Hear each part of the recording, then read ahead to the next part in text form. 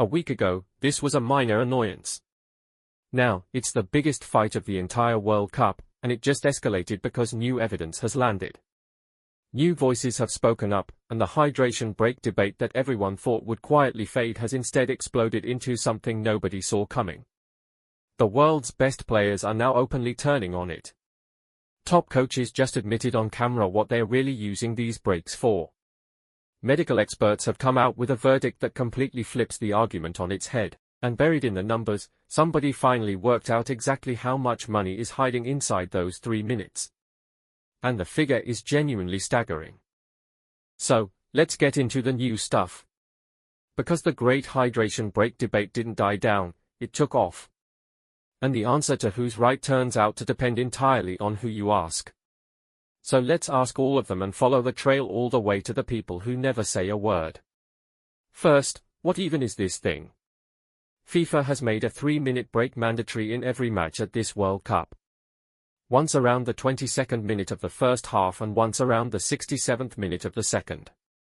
Players take on water and electrolytes and play stops dead. In effect, every match is now split into 4 quarters, which is something fans of American sports know intimately and football fans have never seen because in 22 previous World Cups, the game has never once had a scheduled coordinated break in play. Water breaks used to exist only at the referee's discretion, only when it was genuinely roasting. Now they are locked into every single game, hot or not. FIFA calls it part of its commitment to player welfare. Says it is backed by experts and points to the sweltering Club World Cup last year where the heat genuinely scared people. And that is where our first group enters the debate. Ask the doctors and FIFA actually looks good. The medical experts are not against the breaks. They think the breaks do not go far enough. Douglas Kasser, who runs an institute dedicated to preventing sudden death in sport, said the breaks absolutely need to be longer than 3 minutes, at least 5 minutes, preferably 6 minutes. Mike Tipton, who studies extreme environments at the University of Portsmouth, warned that thanks to climate change, several 2026 venues are likely to blow past the recommended high-risk heat threshold, especially for afternoon kickoffs. So, if you ask the people whose entire job is keeping athletes alive in the heat, the verdict is clear. The breaks are necessary and FIFA should be doing more of them, not fewer. Point to FIFA. But then ask the players and the mood flips. Netherlands captain Virgil van Dijk said the breaks are interesting, and not in a good way. His issue is that every time the broadcast cuts to a commercial, and he said that is not how he likes it and it is not great for the neutral fan watching at home. His suggestion was to judge it game by game. If it is genuinely hot, fine. Put the breaks in, but do not force them on every match regardless. Belgium's Yuri Tielemans landed in the same split place. He said it can work both ways, and in cooler cities, maybe you should not do it at all, but then he admitted that if you do it for some games, fairness means you have to do it for all of them. And there is the trap FIFA built. The moment they made it about uniformity, they locked themselves into stopping games in 19 degrees weather in Toronto, in air-conditioned domes with the roof closed, because the alternative, pausing some matches and not others, would be even more unfair. So, the players are stuck, and most of them are not thrilled.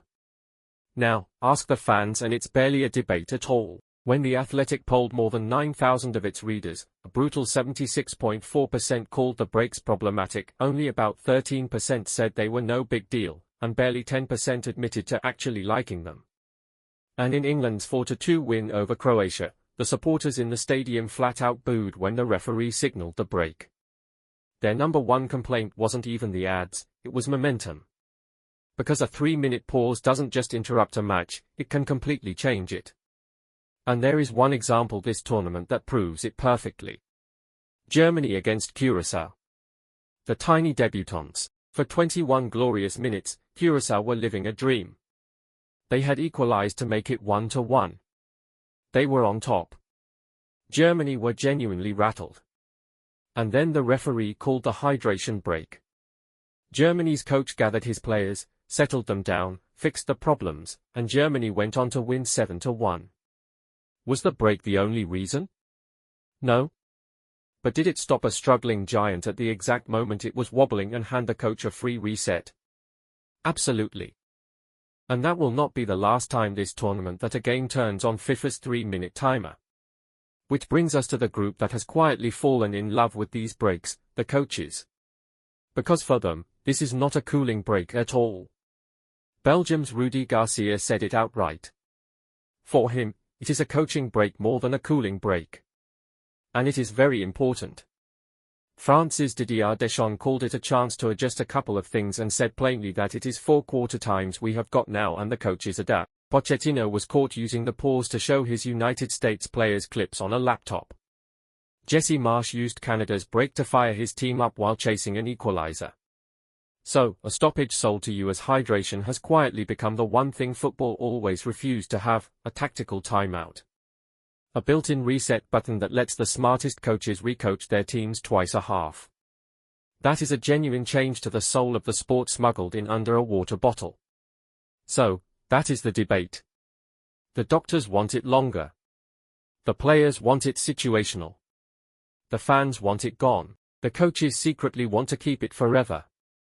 Everyone is pointing at a different reason. Everyone has a case. And while they all argue, there is one group sitting quietly in the corner saying absolutely nothing, making an absolute fortune. Broadcasters. Follow the money, because this is where the debate actually ends. Under the rules, a network can cut to commercials 20 seconds after the break is signaled and has to be back 30 seconds before the restart.